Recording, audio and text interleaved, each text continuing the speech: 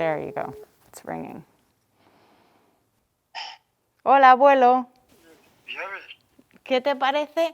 Vamos a enmarcar los Goyas con tus marcos. ¿Qué te parece? Sigo viéndole. Los Angeles-based Patricia Fernández is one of 3 artists LACMA commissioned to create new work for the exhibition Not High, Throwing Voices, 1500 BCE to 2020 CE. This exhibition uses ventriloquism as a lens, as a frame to look at the collections of LACMA, a museum with an encyclopedic profile. Even the most conventional ventriloquist performance is continuously casting and recasting the same question. Who is speaking? Where is the voice coming from? Who is speaking on behalf of whom? Not by chance, one of the first works that you encounter as you walk into the exhibition is an enigmatic photograph by Tina Modotti. The photograph is a portrait of René de Harnoncourt as a puppet, as a marionette. So you see this marionette kind of in a reverence, and you see some artworks behind him and a beautiful curtain highlighting the theatricality of the whole scene. I said that it's not by chance that you encounter this photograph as you walk in, because one of the sub-themes of this exhibition is the connection between ventriloquism and institutions devoted to the dissemination of knowledge, like libraries and museums. So we start with Mr. Harnoncourt. When this photograph was made in 1929, he was living in Mexico, he was an art dealer, a highly respected curator, but years later, he would become director of the Museum of Modern Art in New York, and he had a very influential tenure leading the museum. The premise of this exhibition is that ventriloquism is akin to the logic of the encyclopedic museum, in which objects are speaking on behalf of an entire culture, age, or region. Echoes of voices are found in works across the museum's collections. In this gallery, an exquisite Japanese print from the early 19th century depicts a woman gesturing to produce the shadow of a rabbit. Next to it is a print by Ed Ruscha that shows the shadow of a rabbit. So I like to think that it only took 189 years and a collection like LACMA's collection for that shadow, for that image to be produced. These kinds of dialogues between works in the collection are highlighted throughout the exhibition. We came across this postcard of a woman ventriloquist holding the dummy in a way that really reminded us of a Madonna. So we started paying attention to this iconographic moment between works in the collection and this postcard.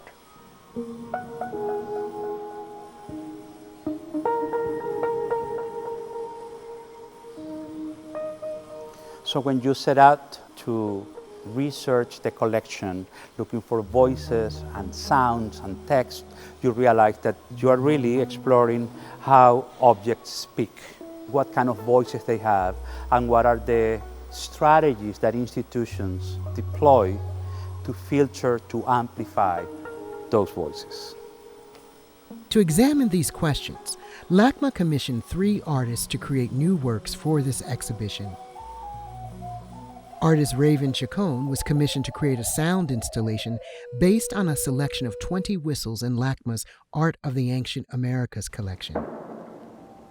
Artist Puppies Puppies, Jade Koriki Olivo, produced 3 new works for this exhibition that continue their investigation on the politics of gender and body surrogates.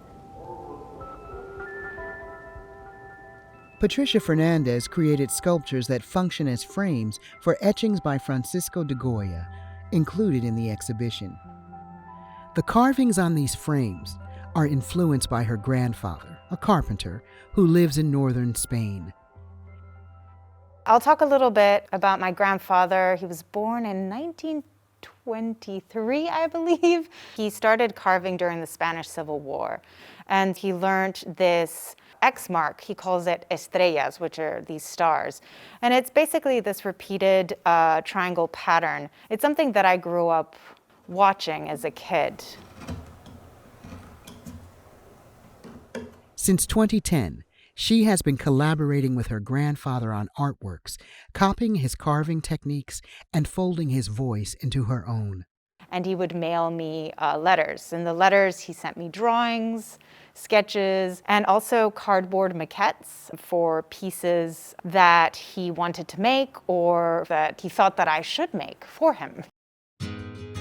In this sculptural panel, she frames the Goya print with a frame copying her grandfather's star-shaped carving patterns, then expanding the frame on the panel with the vocabulary of his style of marks. For one of the other works, I took one of his existing frames and then reframed it. So we have Patricia framing the frame that her grandfather made, and these two frames are framing a Goya print in the museum collection. So that kind of unfolding of voices, that idea of voices that retract and expand was very appealing for the concept of the exhibition.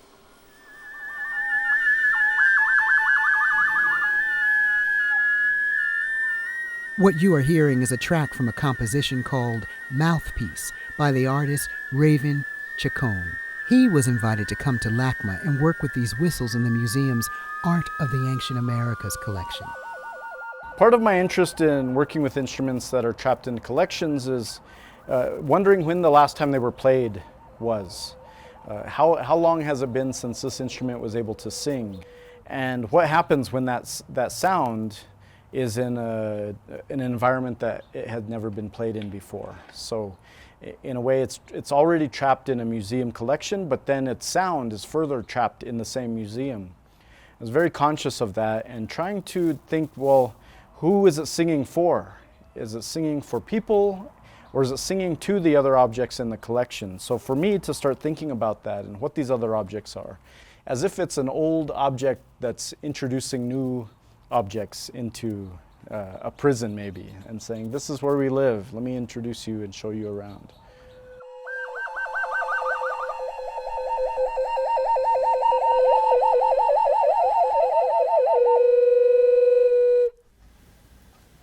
The artist has been working on this project for the last 2 years with the assistance of LACMA's curatorial and conservation teams. In October 2019, Chacon held a recording session with the actual whistles that are on display in the exhibition.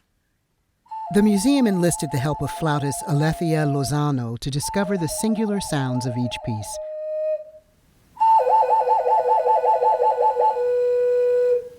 What's the loudest you can do the lowest note and the highest note trill?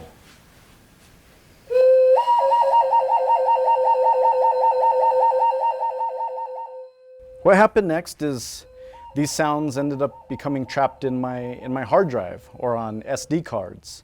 And I took them back to my studio and listened to all of them and analyzed them, transcribed their pitch possibilities, and then thought about maybe also the shape of them, what their history is, tried to piece some of that information together and put them alongside of each other. So two flutes that have a completely different sonority or even key, stacking those on top of each other, trying different kinds of experiments.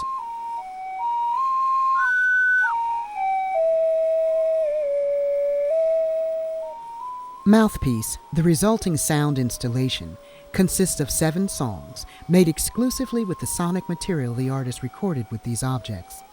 Each song is played in relation to a specific artwork in the exhibition.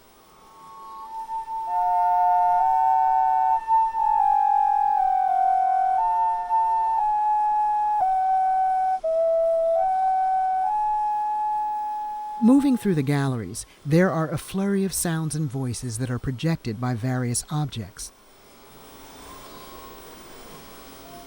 In this area, a bowl from LACMA's Islamic art collection that was made in the late 15th century is paired with a work by Robert Maurice, created in 1961. It's titled Box with the Sound of Its Own Making and features the sound recording of the artist capturing all the noises he made while fabricating the object.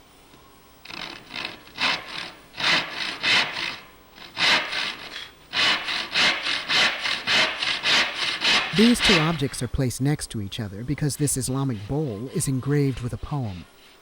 And the poem talks about a voice of that bowl telling how it was made. And finally, we have this work by Laurie Simmons, and this is a series of press photographs of women ventriloquists that she found at the Museum of Ventriloquism in Kentucky, and she photographed those photographs, and they are on display next to a photograph where she staged this model as a woman ventriloquist with a dummy. So I like to think of these three different instances of ventriloquism, of an object and its relationship with the voice, with the noise that it makes, it produces, it suggests.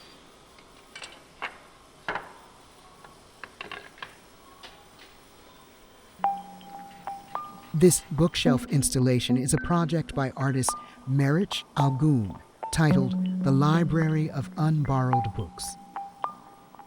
We brought to LACMA over 1,000 books from the Los Angeles Public Library that have never been checked out, have never been borrowed. So one of the aspects of this project that I find fascinating is the fact that those are books, resources, voices available to the city, but the city chose not to use them.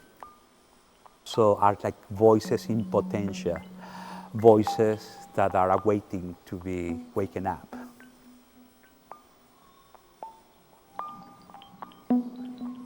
One of the sub-themes of this exhibition is the connection between ventriloquism and institutions devoted to the dissemination of knowledge, like libraries and museums. So we start with Mr. Harnoncourt, also not by chance. The last photograph that you see as you leave the exhibition is a portrait of Alexander Vatemar. Mr. Vatemar was a French ventriloquist in the 19th century known as Monsieur Alexander, and one of his specialties in throwing the voice was to create the illusion that the voice was coming from another room, from another place. After he retired, Vatemar devoted all his time and his resources to the creation of an international cultural exchange agency. So he was instrumental in the foundation of the Boston Public Library, sister of the Paris Public Library, and he's credited by many as the great-grandfather of the interlibrary loan system as we know it today. So for me, it should not come as a surprise that a ventriloquist bringing voices from other places that we cannot see is deeply linked to the history of public libraries and public libraries as a system